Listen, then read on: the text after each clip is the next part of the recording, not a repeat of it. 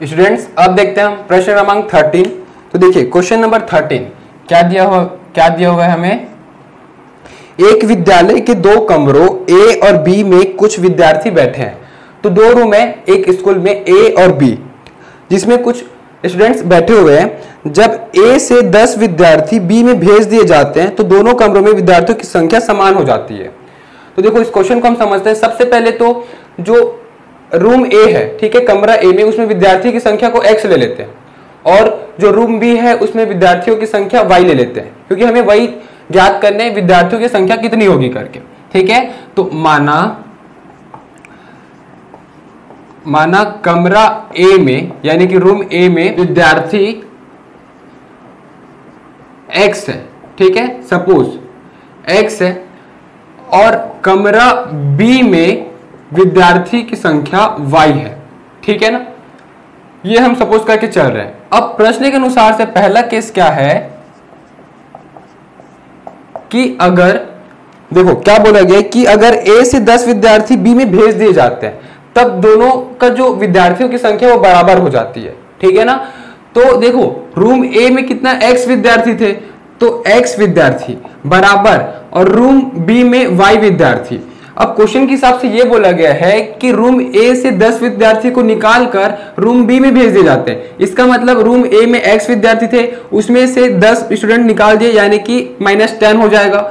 और वो बराबर कब होगा, जब y में 10 भेज दिए जाते हैं। क्लियर है ना, तो रूम ए, ये रूम ए का बात है जिसमें x स्टूडेंट थे प्रेजेंट में, ठीक है, वर्तमान में, जिसमें से 10 निकाल दिए जाते हैं, और फिर रूम बी यानी कि y विद्यार्थी थे जिसमें, उसमें 10 जोड़ दिए जाते हैं। ठीक है, इसमें से निकालकर इसमें भेज दिए जाते हैं, यानी कि ये -10 हो जाएगा, ये +10 हो जाएगा, तब ये दोनों बराबर हो जाता है, यानी कि बराबर का चिन्ह। ठीक है, तो ये हो जाएगा पहला समीकरण। यहां से हम क्या करेंगे, x प्लस y इधर आके -y, ये -10 इधर आके +10, तो 10 + 10 20। तो ये हो गया पहला समीकरण। क्लियर है। अब देखते हैं दूसरा केस। ठीक है, तो दूसरा केस क्या बोला गया है, तो हम यहाँ पे सेकंड डाल देते हैं। ठीक है, सेकंड केस के हिसाब से हम लिखते हैं क्या दिया हुआ है, यदि वे और जब 20 विद्यार्थी B से A में भेज दिए जाते हैं तब A के विद्यार्थी की संख्या B से दोगुनी हो जाती है। हमें यह बोला गया है कि 20 विद्यार्थी B से A, अब यहाँ पे उल्टा है। ठीक है, अब क्या होगा, देखो रूम A में X विद्यार्थी, रूम B में Y विद्यार्थी थे। अब क्या बोला गया कि रूम बी से 20 विद्यार्थी निकालकर ए में भेज दिए जाते हैं। तो रूम बी में 20 विद्यार्थी निकले हुए हैं, यानी -20 हो जाएगा, और इसमें प्लस हो जाएगा क्योंकि इसमें विद्यार्थी को डाल दिया जाता है। अब देखो, अब क्या बोला गया है कि जो रूम ए का जो स्टूडेंट्स है ना वो डबल हो जाते हैं, किससे, रूम बी से। तो दो को हमें गुणा करना है, तो दो को हम कहां गुणा करेंगे, इधर की इधर, यहां पे करेंगे, क्योंकि जो रूम ए के स्टूडेंट्स है वो ज्यादा है, तो ज्यादा और ये फिर कम रहा होगा, तो उसको जब 2 से गुणा करेंगे तब जाके बराबर क्वांटिटी का महत्व होगा, तब जाके बराबर होगा। ठीक है ना, तो रूम ए के जो स्टूडेंट्स है वो दो गुने हो जाएंगे रूम बी के स्टूडेंट्स के साथ। तो इसको भी हम हल कर देते हैं, फिर दूसरा समीकरण आ जाएगा। तो x + 20 = 2 × y, 2y - 2 2 4 यानी कि 40। अब x y एक तरफ, तो x प्लस y इधर आके -2y हो जाएगा इक्वल टू -40, ये -20 उधर जाके -20 हो जाएगा, प्लस में है वो, तो -40 -20 -60 हो जाएगा। ठीक है ना, माइनस प्लस होगा लेकिन साइन किस में रहेगा, माइनस में, तो -60 हो जाएगा। ये हो गया दूसरा समीकरण। अब क्या करेंगे, पहला और दूसरा दोनों समीकरण को हल करेंगे। तो देखो क्या दिया है, x - y = 20 और x - 2y = -60। एलिमिनेशन मेथड, विलोपन विधि से इसको हल करते हैं और x और y का मान निकालते हैं। तो विलोपन विधि में क्या करना रहता है कि जो कोई से भी एक वेरिएबल का गुणांक बराबर होना चाहिए, बराबर है, और क्या करते हैं कि साइन ऑपोजिट होना चाहिए। तो साइन ऑपोजिट होता तो प्लस करते, यहाँ पे नहीं है तो फिर हम डायरेक्ट माइनस कर देंगे। ठीक है ना, तो हम यहाँ पे क्या लिख देते हैं कि समीकरण 1 व 2 को घटाने पर, ठीक है, माइनस कर देते हैं समीकरण 1 और 2 को, तो साइन चेंज हो जाएगा यानी कि रिड्यूस हो जाएगा। तो प्लस वाला माइनस, माइनस वाला प्लस और माइनस वाला प्लस, तो क्या होगा, plus x minus x cancel होगा, -y + 2y, तो प्लस माइनस माइनस होगा लेकिन साइन किस में रहेगा, प्लस में, क्योंकि बड़ी संख्या प्लस में, तो 2y - y क्या होगा, y। और देखो प्लस प्लस क्या होगा, प्लस होगा, और साइन किस में रहेगा, प्लस में ही रहेगा। 60 + 20 क्या हो जाएगा, 80, तो y = 80 आ गया। अब y का मान 80 आ गया, इसका मतलब क्या है कि कमरा बी में विद्यार्थियों की संख्या 80 होगी। ठीक है, अब रूम ए में हमें निकालना है, यानी कि कोई सा भी समीकरण में हम रख देते हैं। सपोज समीकरण 1 में रखते हैं y का मान, तो हम यहाँ पे लिखते हैं कि y का मान समीकरण 1 में रखने पर क्या हो जाएगा, देखो x माइनस वाई की जगह 80 इक्वल टू 20, तो x माइनस 80 हो जाएगा, क्या हो जाएगा प्लस 80, तो 20 प्लस 80 यानी कि हो गया 100, तो x बराबर 100। तो हम कंक्लूजन क्या लिख देंगे लास्ट में कि अतः रूम ए में यानी कि कमरा ए में विद्यार्थियों की संख्या 100 तथा कमरा बी में विद्यार्थियों की संख्या 80 होगा। क्लियर है? तो इस प्रकार से बनेगा प्रश्न, इसे आप लोग नोट कर लीजिए स्टूडेंट्स। अब देखते हैं क्वेश्चन नंबर 14। तो देखिए प्रश्न क्रमांक 14 क्या दिया हुआ है, जब किसी आयत यानी कि रेक्टेंगल, ठीक है, जब किसी आयत की लंबाई 5 इकाई की कमी तथा चौड़ाई में 2 इकाई की वृद्धि कर दी जाती है। तो सपोज एक आयत है जिसके लंबाई में 5 इकाई कम और चौड़ाई में 2 इकाई ज्यादा कर दी जाती है, वृद्धि यानी कि ज्यादा कर दी जाती है, तब उसका क्षेत्रफल 80 वर्ग इकाई कम हो जाता है, ये बोला गया। तो देखो सबसे पहले हम क्या करते हैं कि माना कि जो आयत की लंबाई और चौड़ाई है वो x और y है, ठीक है। माना आयत की लंबाई x है, ठीक है, और आयत की चौड़ाई y है। क्लियर है? तो आयत की लंबाई x, आयत की चौड़ाई y है, ये हम सपोज करके चल रहे हैं। हमें यहाँ पे क्षेत्रफल का भी बात हुआ है कि क्षेत्रफल कुछ कम हो जाता है, तो आयत का क्षेत्रफल क्या होगा वो भी लिख लेते हैं। तो आयत का क्षेत्रफल, देखो आयत की लंबाई को x माना हो, चौड़ाई को y माना हो, तो क्षेत्रफल क्या होता है, लंबाई गुना चौड़ाई होता है। यानी कि लंबाई क्या है अभी x माना हो और गुना कर दूंगा चौड़ाई को यानी कि y, तो आयत का क्षेत्रफल क्या हो गया, xy हो गया। क्लियर है ना? अब देखो प्रश्न के अनुसार से क्या बोला गया, पहला केस, ठीक है। तो हम यहाँ पे लिखते हैं प्रश्नानुसार, देखो क्या बोला गया, जब किसी आयत की लंबाई में 5 इकाई की कमी, तो लंबाई को हम x मानकर चले, तो x था उसमें से 5 कम कर दिए, तो x माइनस 5 कर दिए, ठीक है। तो x माइनस 5 कर दिए, ठीक है। फिर क्या बोला गया कि चौड़ाई में 2 इकाई की वृद्धि, तो चौड़ाई यानी कि ये हो जाएगा चौड़ाई y और प्लस 2, ठीक है ना, 2 इकाई बढ़ा दिया जाता है, तो ये हो गया लंबाई जिसमें 5 कम हुए, और ये हुआ चौड़ाई जिसमें 2 ज्यादा हुए, ठीक है। x हम सपोज कर चले थे जिसमें 5 घटा दिया गया था लंबाई में और 2 बढ़ा दिया गया था चौड़ाई में, तो ये हो गया। अब क्या बोला गया है, जब वृद्धि कर दी जाती है तब उसका क्षेत्रफल 80 वर्ग इकाई कम हो जाता है, तो उसका जो एरिया है क्षेत्रफल यानी कि ये एक्स वाई वो 80 वर्ग इकाई कम हो जाता है, ये बोला गया है, ठीक है।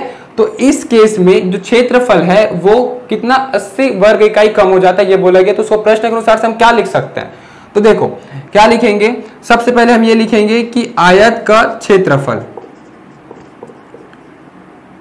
ठीक है। आयत का क्षेत्रफल क्या होता है, लंबाई गुना चौड़ाई, और लंबाई चौड़ाई हमें दिया हुआ है, लंबाई को हम x माने हैं और चौड़ाई को y। क्लियर है। अब देखो आयत का क्षेत्रफल लंबाई गुना चौड़ाई तो होता है x गुना y, ये तो होगा क्षेत्रफल, ठीक है। तो लंबाई क्या था x माइनस 5 था और चौड़ाई क्या था y प्लस 2। देखो यहाँ पे एक्स वाई इंटू न करके हम यहाँ पे लिख लेते हैं कि लंबाई गुना चौड़ाई, तो ज्यादा बेटर रहेगा। और ये जो आयत का क्षेत्रफल है वो पहले से x इंटू वाई ये हमें दिया था। क्लियर है ना। अब देखो एक बार फिर समझाता हूँ ये क्वेश्चन, समझिए। देखो आयत की लंबाई हम x मानकर चले, चौड़ाई y मानकर चले, तो क्षेत्रफल क्या होगा लंबाई गुना चौड़ाई यानी कि x इंटू वाई। अब क्वेश्चन के हिसाब से पहला केस ये बोला गया है कि लंबाई में 5 कम कर दिया जाता है और चौड़ाई में 2 बढ़ा दिया जाता है, ठीक है। तो x माइनस 5 वाई प्लस 2, तब इसका जो क्षेत्रफल होता है उसमें 80 इकाई कम ही हो जाता है, ठीक है। तो आयत का जो क्षेत्रफल क्या होता है लंबाई गुना चौड़ाई होता है, तो लंबाई क्या हो गया x माइनस 5 और y प्लस 2। जब इस केस में होता है तब जो क्षेत्रफल होता है वो 80 इकाई कम हो जाता है, यानी कि माइनस 80 हो जाता है, ठीक है ना। तो x इंटू वाई जो था इसका क्षेत्रफल, तो x इंटू वाई कब था, जब इसका लंबाई x था चौड़ाई y था, तब क्षेत्रफल x इंटू वाई था। लेकिन जब 5 कम किया जाता है लेंथ में और ब्रेथ में 2 बढ़ा दिया जाता है, तब जो एक्स वाई है उसमें 80 इकाई कम हो जाता है, यानी कि x इंटू वाई में 80 माइनस हो जाएगा। क्लियर है ना। तो ये हो गया पहला केस। अब यहां से हम समीकरण निकालेंगे पहला एक्स वाई के फॉर्म में, ठीक है। तो क्या हो जाएगा, देखो x into Y minus 80 equal to, इसको गुना करेंगे x इंटू वाई क्या होगा एक्स वाई, फिर x इंटू टू ये क्या होगा प्लस 2x, फिर minus 5 into Y minus 5y, plus minus minus 5 two 10। अब देखो क्या होगा, ये जो प्लस एक्स वाई है इधर आके माइनस एक्स वाई हो जाएगा, तो X Y minus X Y होगा, माइनस 80 है और नंबर वाला क्या है माइनस 10 इधर आके प्लस 10 हो जाएगा। एक्स वाई तो इधर ट्रांसफर हो चुका है, क्या बचा 2x माइनस 5y और प्लस माइनस 10 इधर आके प्लस 10 हो चुका है।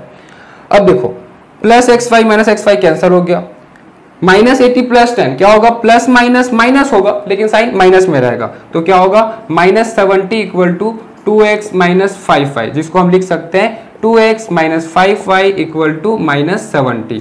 ये हो गया पहला समीकरण, ठीक है। तो इसको इक्वेशन नंबर 1 दे देना। अब देखो इसी क्वेश्चन में सेकंड केस क्या दिया गया है वो देखते हैं।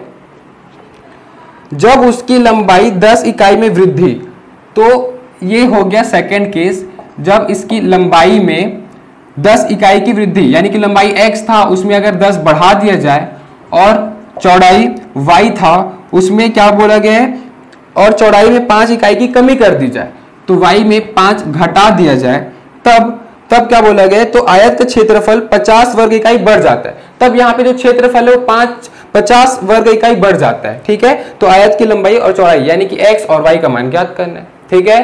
तो ये प्रश्न के अनुसार से अब क्या हो जाएगा, देखो फिर से हम वही लिखेंगे, आयत का क्षेत्रफल, ठीक है। आयत का क्षेत्रफल लिख लेना, आयत का क्षेत्रफल बराबर क्या होगा, लंबाई गुना चौड़ाई। और इस केस में क्या बोला गया है कि लंबाई में 10 बढ़ा दिया जाए और चौड़ाई में 5 घटा दिया जाए, तब जो इसका क्षेत्रफल था जो कि एक्स वाई, जब एक्स और वाई था तब एक्स वाई, और जब 10 बढ़ा दिया जाए 5 घटा दिया जाए लंबाई चौड़ाई में, तो क्या हो जाएगा 50 वर्ग इकाई बढ़ जाएगा, ठीक है। तो प्लस 50 हो जाएगा, क्लियर है। तो अब इस यहां से हम दूसरा समीकरण निकालते हैं, क्या होगा X Y plus 50 equal to X into Y क्या होगा एक्स वाई, फिर x इंटू 5 यानी कि माइनस है तो माइनस 5x हो जाएगा, प्लस 10 इंटू वाई क्या होगा प्लस 10y, फिर प्लस माइनस माइनस 5 इंटू 10 क्या हो जाएगा 50 हो जाएगा। अब सबको एक तरफ शिफ्ट करते हैं, एक्स वाई पहले से इस तरफ है, प्लस एक्स वाई इधर आके माइनस एक्स वाई हो जाएगा, ये प्लस 50 है और नंबर माइनस 50 इधर आके फिर से प्लस 50 हो जाएगा। अब इक्वल टू किस तरफ क्या बच गया, माइनस 5x प्लस 10y बच गया। देखो minus X Y plus X Y cut गया, 50 प्लस 50 ये हो गया 100 equal to minus 5x plus 10y, जिसको हम क्या लिख सकते हैं minus 5x plus 10y equal to 100। अब ये हो गया दूसरा समीकरण, ठीक है। तो देखो पहला समीकरण और दूसरा समीकरण दोनों मिल गया, दोनों को हम हल करेंगे विलोपन विधि से, x और y का मान मिल जाएगा, क्लियर है ना। तो इसे आप लोग नोट कर लो, फिर उसके बाद हम ये दोनों समीकरण को हल करते हैं। तो अब हम हल करते हैं ये दोनों समीकरण को। तो देखिए एलिमिनेशन मेथड यानी कि विलोपन विधि से हल करना है, तो क्या करना होता है, हमें कोई सा भी x या y के वेरिएबल को यानी कि कांस्टेंट, ठीक है, वेरिएबल नहीं कांस्टेंट, ये गुणांक को बराबर करना होता है। तो ये बराबर है नहीं, तो सपोज हम x का बराबर करेंगे, तो उसके लिए हमें क्या करना होगा, ये 2 है ये 5 है, ये बराबर कब होगा, जब पहला समीकरण को 5 से गुणा कर दूंगा और दूसरे को 2 से गुणा कर दूंगा, तब ये बराबर हो जाएगा, ठीक है ना। तो हम यहाँ पे क्या लिखते हैं कि समीकरण 1 को 5 से तथा 2 को 2 से गुणा करने पर, ठीक है, गुणा करके घटाएंगे इसको आपस में, ठीक है, नहीं घटाना नहीं है, हमें प्लस करना है। क्यों प्लस करना है, क्योंकि पहले से साइन ऑपोजिट है, अगर साइन ऑपोजिट नहीं होता सेम साइन होता तब हमें घटाना होता है। एलिमिनेशन मेथड मैं आपको बता चुका हूं, ठीक है ना। तो पहले से जब ये क्या प्लस माइनस ऐसे ही कर जाएगा, प्लस करने पे हमें माइनस करने की जरूरत पड़ेगा ही नहीं, साइन विपरीत करने की जरूरत पड़ेगा ही नहीं हमें। तो क्या करेंगे, समीकरण 1 को 5 से तथा 2 को 2 से गुणा कर जोड़ने पर, तो देखो क्या हो जाएगा, इसको 5 से गुणा करेंगे पूरा, तो 5 दूनी 10x, फिर 5 पंचे 25y, फिर 5 सत्ते 35 यानी कि 350। अब इसको 2 से, तो 5 दूनी 10 यानी कि माइनस 10x, फिर 10 दूनी 20 तो प्लस 20y, और 100 दूनी 200, ठीक है। अभी दोनों को आपस में जोड़ देंगे, जोड़ना है तो साइन तो चेंज होता नहीं है, ठीक है ना, साइन जैसे का वैसा ही रहेगा। तो plus 10x minus 10x cancel हो गया। अब देखो क्या होगा, प्लस माइनस माइनस होगा लेकिन साइन किस में रहेगा, माइनस में, क्योंकि बड़ी संख्या माइनस में है। तो 25 में 20 घटाऊंगा कितना बचेगा 5, तो 5y बराबर, देखो प्लस माइनस माइनस होगा लेकिन साइन किस में रहेगा माइनस में, क्योंकि बड़ी संख्या किस में माइनस में। तो 350 में 200 घटाऊंगा कितना बचेगा 0 का 0, ये 5 का 5 और 3 में 2 घटाऊंगा 1, यानी कि 150 150। माइनस माइनस दोनों तरफ कैंसिल हो गया, तो y इक्वल टू 150/5, तो क्या हो जाएगा ये 5 दिया 15 यानी कि 30, तो y का मान कितना हो गया 30, तो y का मान तो 30 आ गया। अब हम x का मान निकाल लेते हैं, कोई सा भी समीकरण पुट करते हैं y का मान। सपोज हम समीकरण 1 में रखते हैं, ठीक है ना, तो समीकरण 1 में y का मान रखने पर क्या हो जाएगा 2x बराबर, यहां पहले से -70 है, अब देखो -5y उस तरफ जाके +5y हो जाएगा, तो +5 और y के जगह मैं 30 रख देता हूं, ठीक है ना, डायरेक्ट लिखा हूं, जो -5y इधर जाके +5y हो गया, तो +5 और y के जगह y का वैल्यू रख दिया, तो क्या होगा 2x इक्वल टू -70, 5 दिए 15 यानी कि 150 यानी कि +150। अब 150 में 70 घटा दूंगा कितना बचेगा 80 बचेगा, तो क्या होगा 2x बराबर 80, तो x का मान क्या हो जाएगा x बराबर 80 बट्टे ये जो 2 गुना में इधर जाके भाग में हो जाएगा यानी कि 40, तो x का मान क्या हो गया 40। क्लियर है, तो यहां से हम कंक्लूजन क्या लिख लेंगे कि आयत की लंबाई हम x मानकर चले थे जो कि 40 आया, और आयत की जो चौड़ाई थी जिसको y मानकर चले थे जो कि 30 आया, तो हम ये लिखेंगे कि अतः आयत की लंबाई 40 तथा आयत की चौड़ाई 30 होगी। क्लियर है ना, तो इस प्रकार से बनेगा यहाँ प्रश्न। तो इसी के साथ यह प्रश्न 2.2 कंप्लीट। Thank you. इस चैप्टर के नोट्स के लिए नीचे दिए गए डिस्क्रिप्शन बॉक्स पर लिंक दिया गया है, वहां क्लिक करिए, और इस चैप्टर के सभी वीडियोस के लिए ऊपर जो प्लेलिस्ट शो हो रहा है वहां क्लिक करिए, और हमारे इस चैनल को सब्सक्राइब करने के लिए हमारे चैनल के लोगो पर क्लिक करके इस चैनल को सब्सक्राइब करिए। Thank you.